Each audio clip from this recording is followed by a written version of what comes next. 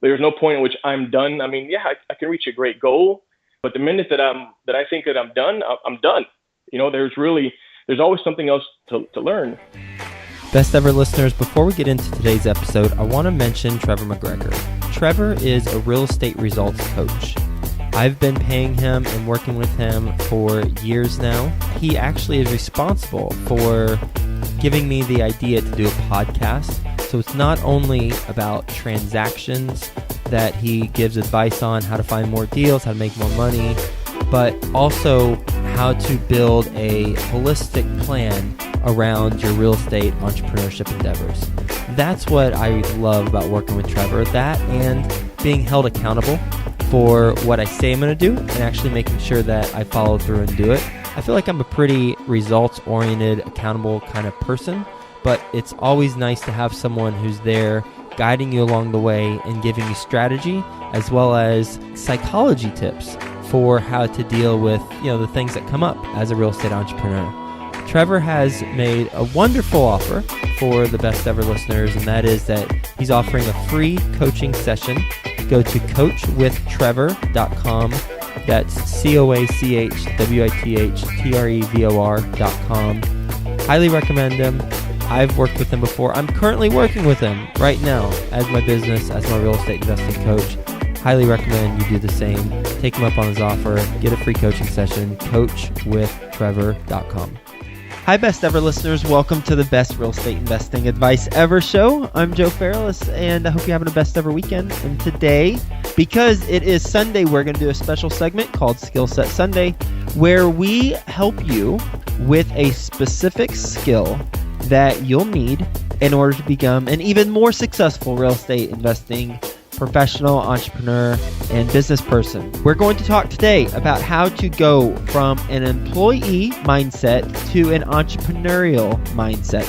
And with us today to walk us through that skill set is someone who has been an entrepreneur for 2 years now, and he is in the top 1% of his industry in network marketing. He started with zero previous experience as a business owner.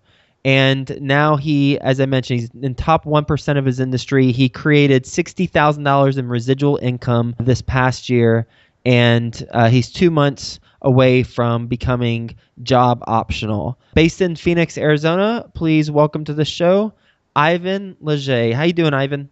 Doing great, Joe. Great, Joe. Appreciate being with you and being on your show here this morning. Glad to have you on and looking forward to diving in. So before we get into the skill set of going from an employee to an entrepreneurial mindset, can you give the best ever listeners a little bit more about your background and what you're focused on now? I've been an employee, I guess you could say a blue-collar employee for the past 18 years at a major telecom company, and thought that was where I would be forever. As a lot of things happen. As you know, a lot of things around us change, and I started looking for options, Went back to school and did that. Did great in school, but it turns out there's only so much of me to go around, and only so many hours in a day. And without learning anything new, I was getting 18 years of experience, so to speak. It was actually 1 year of experience 18 times over. I wasn't learning anything new, and it was just kind of topped out. So I'd been looking for options, and I'd known other people who had done some big things, and I said I had to venture.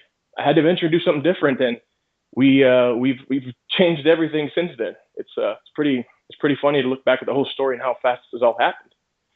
You said a lot of things happened. Did you get fired? What exactly happened? In 2008, we were in a kind of a bad spot with funny enough, the housing market, where my wife and I were naive, and we bought our first new home right at the end of 2006. But in 2008, we were basically upside down with a second mortgage balloon loan and just kind of in a bad spot, and it was terminal. And then I hurt my back at work, so I was worried about being able to do my job. I'd been transferred to another position, worried about being able to keep my job. And I went back to school full-time online on campus and really, put an effort into trying to, have some fallbacks. What ultimately happened is I graduated with a degree that so many other people had graduated with that, the current job that I had was paying more, and it was a good experience, but not really getting me anywhere different. And what industry was that the job in where you hurt your back? What were you doing? Oh, I was doing basically telecom data services for large business and government entities for a major telecom company. Okay. Once you went to school, you graduated with honors. What was your degree in? Management. Your degree in management. And then how did you get from that point to starting your own business and becoming an entrepreneur? What I learned in that process was that I had this big reason that had fallen on my lap that prompted me to action. I had a why, if you will, and I knew that the status quo, what I had been doing, was not going to work, and I had to do something different. But by going to school, I look back at that. It was basically a 14-month run to finish my degree, and I don't know how I did it. I really look back at the scheduling, the time, and everything, my commitments, and I don't know how I did it, but somehow managed to. And what I learned in that process was I can do anything I put my mind to. I went to got a bunch of other certifications. I was just in this beast mode of learning and wanted to be able to create some fallback and protection for my livelihood. But what I learned through that process was that I can do anything. Why, instead of using it to get by or to protect what I have, what if I can actually get ahead? Love it. All right. And so now let's get into it. I think it's a perfect segue. How do you go from that employee mentality to becoming an entrepreneur and having that mentality?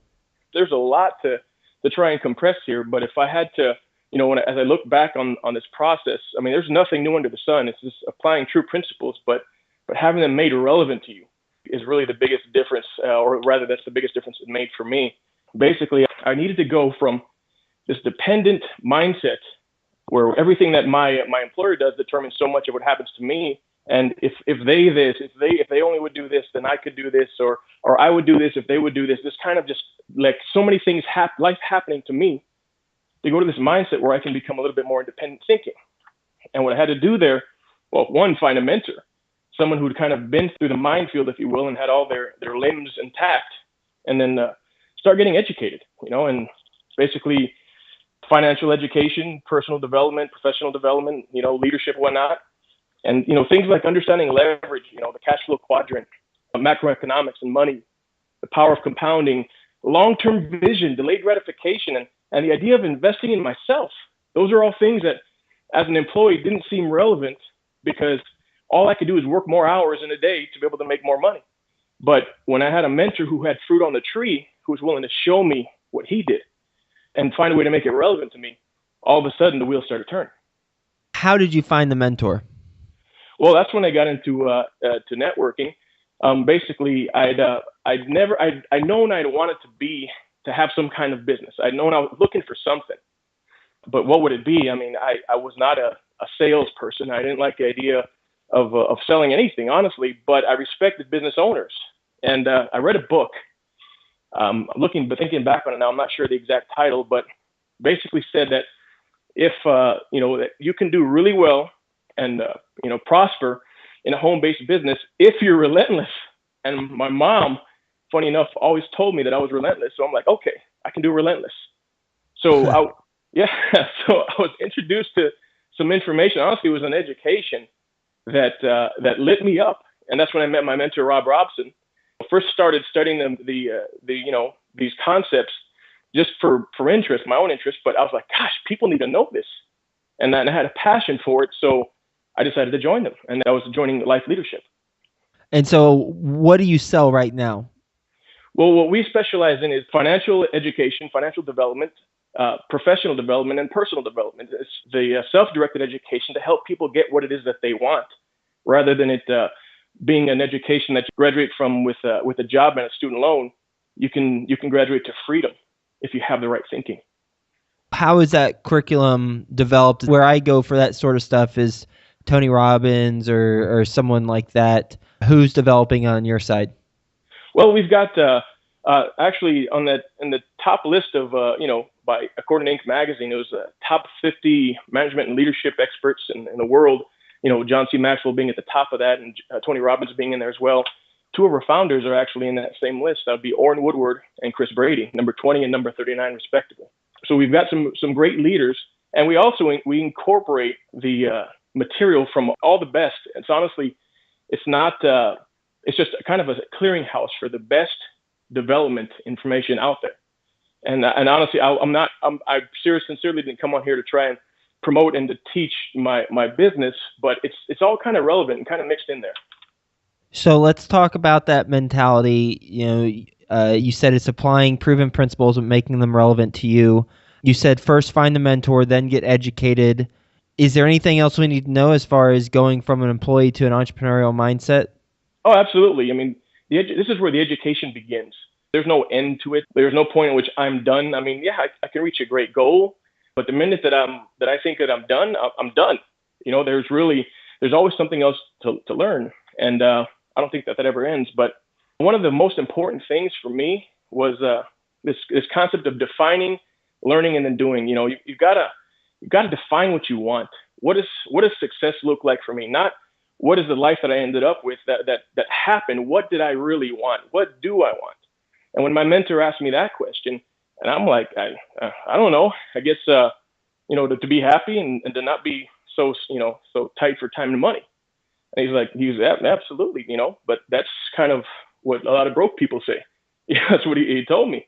He's talked to me about this idea of defining what I wanted, the vision, and that kind of thing just wasn't relevant because all I knew, the only thing I can do to make more money was to work more hours. So I was stuck in this box that because I accepted a floor, there was also a ceiling. I was in this trap, but he started to open my mind to get me to think, well, what would it really look like? What do I want? That was never part of the equation because I fit the things that I wanted in my life into what was left over in terms of my time and my energy. I also learned that I wasn't living my priorities like I thought I was. He'd asked me that, God, family, country naturally are things that come to mind. The reality was that they were getting my leftovers after my employer said that I can go home. And it just wasn't okay with me. It really wasn't okay with me. So that kind of put a fire under me to start really wanting something different. It was a hot button, if you will. It tapped into a passion. And, I realized that I want to make a difference. I want to help people, not just get by. When you define what success looks like to me, you said what a bad example would be. What's a good example? This is what I picture. This is what I have on my vision board, if you will. Being able to speak in front of about 20, 30, maybe more thousands of people, to be able to teach things that can help people to move forward, to help someone have that aha moment. That's exactly what I went through. And I wish, I never heard it put that way, but I wish I had known that could have, wow, that's exactly what I needed. Because I've had so many of those moments. To be able to offer that, to add value to whoever gets to hear what I have to say is just something that it just lights me up. I love to see people get that glimmer, that hope in their eye. Once they see, you know what, maybe this isn't it. Maybe my lot isn't cast and I'm done. I'm cooked. That makes sense? Yeah, it does. And when you talk about defining your priorities, do you have any tips on how to structure that or define it? Honestly, what is your hot button? What are the things that matter to you? One of the things my mentor told me, he goes, if there's something that ticks you off, something that gets you angry, maybe that's a sign that you're supposed to do something about that. And so tying into something that matters to you is definitely going to be part of it. But honestly, we all have priorities in terms of our family and whatnot. But our family and maybe it's freedom, other things like that. But to really start to shape the things that I do around what's going to help me get closer to those is a different world than seeing, well, what do I have left to be able to see what I can put into that. Whether it be being able to, I'm a big proponent of freedom. I love to teach about that. But if all I can do is talk and teach about it because I'm busy at a 9-to-5 job most of the time, then it's kind of limited in what effect I can have. You talked about applying proven principles, but making them relevant to you. What are some ways tactically that the best ever listeners can make the proven principles relevant to them? Taking action. There's so many, like I said, that from that dependent mindset that I had where I'd be coming to, with this idea of thinking that if they do this, then I will do that. If they would, it's always dependent on something else around me. But once I define what I want, then and I'm willing to learn and I have the education, the information in front of me to learn it. Then you got to do something with it. You got to apply it, and not just when it's convenient, but because it's like setting GPS on your phone. You set the destination. You don't set the road. You kind of recalculate as you go, but you set the destination. And whereas before I'd be thinking, well, I don't know if I want to go down that road. I don't know if I want to go down that road. If you set the destination because that trip is worth taking, then you go along and you recalculate till you get there. That's probably one of the biggest things, just a different mindset of starting from the destination first. And it's funny enough, my mentor told me something that sounded ridiculous. At first it was kind of this didn't make any sense. And he told me, Ivan, the facts don't count when you're chasing a dream, because I'd be giving him all my excuses. And I'm like, what is that supposed to mean? And he said, well, the Wright brothers, when they decided that they wanted to fly, there was no preponderant scientific evidence that should be possible. But somehow they had vision, they had a dream, and they could see it. And now we take flying for granted. There's so many things that what it comes down to is the facts don't count when you're chasing a dream, because they don't take into consideration what you're going to learn that's different and what you're going to do that's different. Does that make sense? Can you give a specific example of how you've applied that in your life? I've got a perfect example. It's not even related to business, but my wife and I have been married for 12 years now, and I didn't realize I was applying this back then, but basically we were in what we could call a courtship. In her eyes, we were friends, but I was chasing the dream. I knew she was the one. I got an email from her one day and it said, Ivan, why can't you understand? I just want to be your friend. So I'm getting put in the friend zone here. And then I sent her an email back, and I'm like thinking, okay, she just didn't know she loved me yet, which, I sent her an email and said, that's fine, just so long as you know why I want to be your friend. And so, over the next couple of months, she realized she loved me, and, we were married about 11 months later. Awesome. So, if I had taken the fact that she didn't like me or as anything more than a friend at that point, and just let that just drag me down, I would have never had the courage to go to dinner with her again, for her to get to know me. There's just it's a really simple example, but it applies in so many ways, and it really is true. We've talked about a lot of different types of things we need to be educated on, and we've kind of gone across a lot of different areas. Is there anything else that you want to mention as it relates to going from an employee to an entrepreneurial mindset? Once you start getting used to independent thinking, being able to operate on your own, and I don't call anyone self-motivating, because we've all got to be fed. We've all got things that drive us and things that bring us down. We've got people that bring us down. We've got people that can help lift us up. But we know what we need to keep going, and we keep feeding ourselves the right fuel, the right information, so to speak. Then it's great to become independent, but it's better to become interdependent, where along that way, you're going to, foster goodwill and have trusting relationships with people that can provide leverage and opportunities for everyone involved. And you can grow into so much more than just a one-man team. So, or as it were, I mean, it's kind of like you get the compound, that idea of compounding, that's the compounded fruits, if you will, of personal and professional development. These relationships along the way can serve people, so many people in ways that are, it's like a synergy that you can develop, and it just makes so much more happen, and to so many more people's benefit. Love it, and absolutely agree, especially with the interdependent approach, where, as you said, you foster goodwill and have good relationships with people. In real estate, we have so many, on a daily basis, multiple times, if we're active in real estate, to be on somebody's team or to have people be on our team. And it's just, I'm a big proponent of that.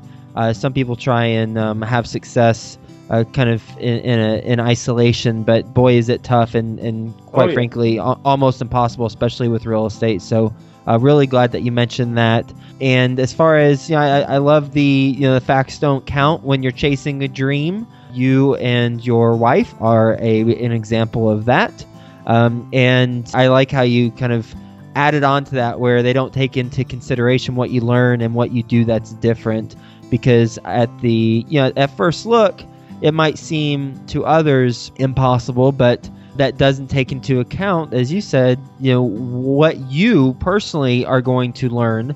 while achieving that or attempting to achieve it, and then how you're going to take those learnings and apply them in a way that somebody else hasn't. Therefore, you, by definition, you're creating something new, and when you create something new that wasn't there before, therefore you have an opportunity to make it happen. And then defining, learning, and then doing it. Clearly, you are relentless, and I think that's certainly a trait that has gotten you to where you're at now. Finding a mentor and getting educated on all the different types of personal development and the different types of financial approaches that need to be learned, from long-term, from macroeconomics to even the cash flow quadrant that you mentioned. And then I like how you were talking about the GPS when you set your sights on a goal. First, just have the vision, and then learn the proven principles that will get you to that point. But first, focus on where do you want to go, define it, be quantifiable, and then you identify who's been there, done that before, and model after their approach. So thank you so much, Ivan, for sharing this skill set with us on Sunday. And where can the Best Ever listeners get hold of you? Well, I can be reached at ivan@lifeunleashedaz.com, and obviously my site would be lifeunleashedaz.com. We have tons of information that just can be relevant to any industry. And seriously, if I can I? Is it okay if I leave you with one more thing? Sure, absolutely. Along the lines of that, faithing it till you make it. The facts don't count when you're chasing a dream. And what I would say to Best Ever listeners is to be there for it. We can know the mechanics of our business, the facts, the details, how it actually works. But to do the uncommon thing, to be there for it when you might not want to, when few other people would. If you're in a situation where almost no one else would do what you're doing, you're probably in a place that's going to get you some results that no one else is going to get. So be there for it, to see what it is that you were there for sometimes. That's probably about as simple as I can put it. Be there for it. And what's your website again? Life Unleashed what? lifeunleashedaz.com. A as in Apple, V as in Victor? A as in AZ as in Arizona. Life Unleashed AZ. Oh, AZ. Okay. Life Unleashed, A as in Apple, Z as in zebra. Yes, sir. Got it. All right, Ivan. Talk to you soon. Hope you have a best ever weekend. All right, you too. Thank you. My friend Michael Blanc has an ebook that you'll want to download. It's called The Secret to Raising Money to Buy Your Next Apartment Building. If you're interested in getting started with apartment buildings but don't have the cash or credit to do it yourself, then this ebook's for you, and it's free. Text the word SECRET, SECRET, to the number 38470. That's SECRET, and text it to 38470. Did you achieve all your real estate goals in 2015? Well, if you did, congratulations, fist bump to you. If you didn't, then go to coachwithtrevor.com. Trevor McGregor is my business coach, my real estate coach. He's also been a guest on the show, episode 320. He is offering a free coaching session for the Best Ever listeners. Just go to coachwithtrevor.com and it'll help you to achieve your real estate goals in 2016.